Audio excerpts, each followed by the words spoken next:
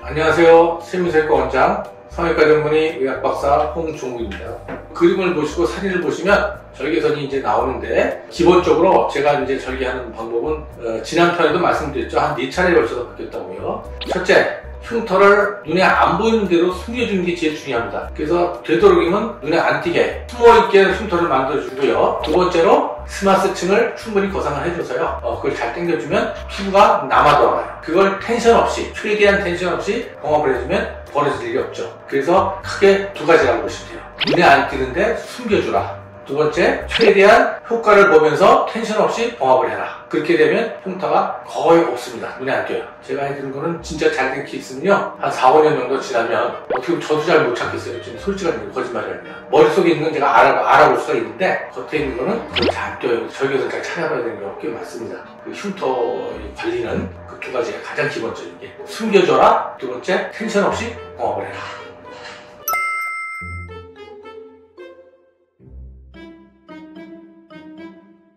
똑같아요. 흉터는 제가 아무리 용변 제대로 써더라도요, 흉터가 아무는 과정 중에서 처음부터 없게 할 수 없어요. 그 이제 아무는 과정 중에서는 당연히 처음에는 빨갛게 보이고 흉살이 좀 튀어나오겠죠. 그게 가라앉는 기간이 필요합니다. 최소한 6개월을 가야 되고요. 제가 경험상 보면 1년 정도 지나면 거의 90%, 그 다음에 3, 4년 지나면 거의 이제 100%. 그 기간이 필요한 거는 뭐 어쩔 수가 없습니다. 그래서 이해를 하셔야 되고요. 그 대신에 최대한 숨겨주기 때문에 화장이나 이런 거를 해서 커버하고 다니시다 보면 눈이 안 띄게 되고요. 그러나 머릿속에 있는 흉터는 저도 어쩔 수가 없어요. 거기 이제 뒤집어 나오게 되어 있습니다. 미장원 가서까지 감쪽같이 해주세요. 이런 거는 이건 좀 못해요. 미장원 가서까지 감쪽같이 미용사가 모를 정도라면 어떻게 돼? 그건 안 되죠. 그건 할 수가 없어요. 만약에 근데 그것도 싫다 그러면 저한테 오시면 8, 90%까지 해결이 돼요. 왜냐하면 흉터 수를 다시 한번 좀 하면 훨씬 좋아집니다.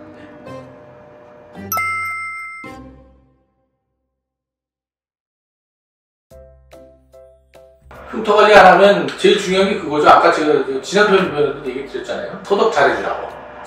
소독이 잘해주면요, 거의 문제 그렇게 큰 데는 없는데, 소독이 안 되면 어떻게 되느냐. 아까도 말씀드렸지만 속살 꼬맨 거 버리지 말라고 단단히 꼬매준 그 녹는 실이, 거기서 염증이 생길 수가 있으면 그게 땜빵 쪽으로 뽕뽕 뚫리겠죠. 거기에 녹아서 나오니까. 피부가 첨단 부위, 말단 부위에는 혈액순환이 안 좋기 때문에 늦게 한번더 그랬죠. 녹는 실, 여기 이제 염증이 생기면 이쪽에 약간 벌어지고 해서 흉터가 커질 수가 있어요.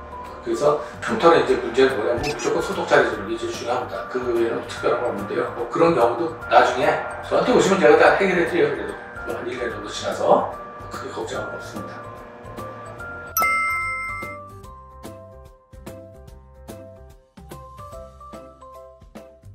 상처가 안 물기 전까지는, 완전히 안 물기 전까지 그때 이제 소독이 제일 중요하고요. 그 다음부터는 이제 어떻게 해야 하느냐. 저는 뭐 옛날에 그냥 도도 좋아지니까 그냥 두라 그랬는데, 그 흉터 연고 있죠? 흉터 연고. 그게 생각보다 효과가 있더라고요.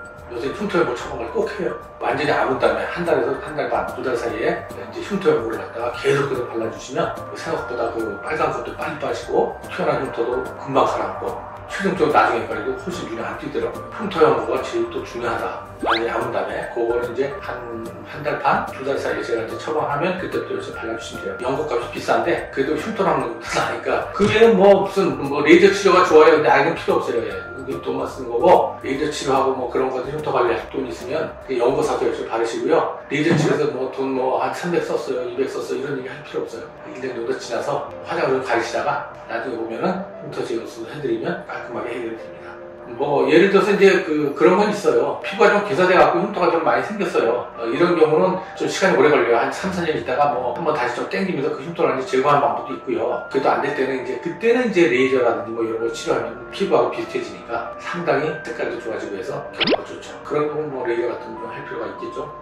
그리고 마지막 말씀 하나 있는데, 체질적으로 켈로이드 체질, 흉터가 많이 생기는 체질, 이런 사람들은 아무리 잘 안 되거든요. 그런 경우는 이제 할 수 없어요. 그런 경우는 케이스가 좀 드문 케이스인데, 그런 케이스는 그렇게 흔하지 않아요. 그런 경우는 이제 지금 말씀드린 레이저 치료, 연고 같은 걸 열심히 해서 해결을 해야죠. 그런 수술을 또 해도 또 생길 수가 있으니까. 그런 수술에서 생기는 게 체질적으로 칼이 됐다 하면 생기는 거거든요. 그런 경우는 이제 우리가 연고도 바르고 주사도 맞고 또 레이저 같은 걸로 해서 치료도 할 수가 있다.